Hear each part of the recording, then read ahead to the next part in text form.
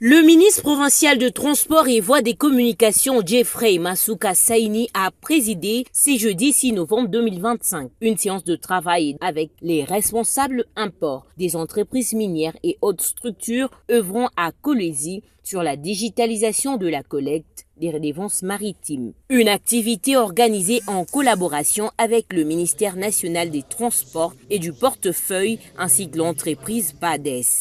Comme vous l'avez entendu, il n'y a pas nécessairement de nouveaux taxes qui est en vue.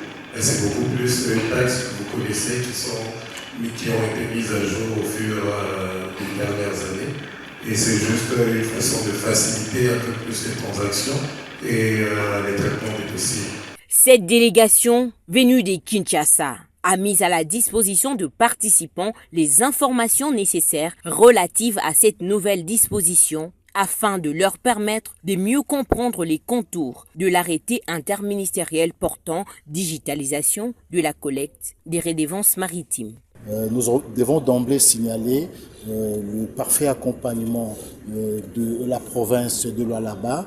Ici, je vais dire toute ma reconnaissance à Madame la gouverneure, au ministre des Transports, qui ont tenu dès le premier jour à nous accompagner afin que cette mise en œuvre de cet arrêté et la vulgarisation soient effectives.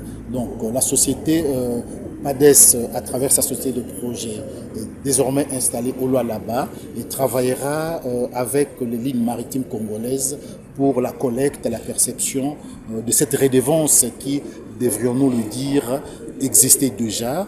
Ce n'est pas une nouvelle redevance, elle est juste simplement aujourd'hui digitalisée pour permettre une meilleure traçabilité et minimiser quelques fuites de capitaux.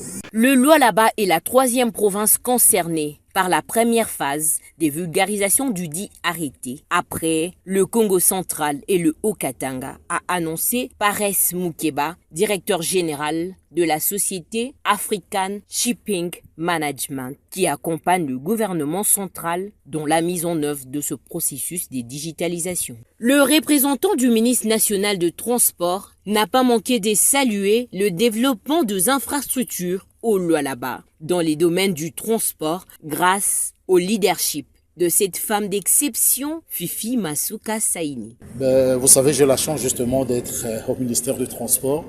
J'ai vu l'aérogare, j'ai vu sa construction. C'est une première et comme l'avait dit le vice-premier ministre du Transport, c'est la première fois qu'on voit un aéroport au Congo avec le bras satellitaire. Et c'est une grande première, nous sommes fiers justement de toutes ces réalisations et nous pensons que cela servira d'émulation pour le reste des provinces de la République.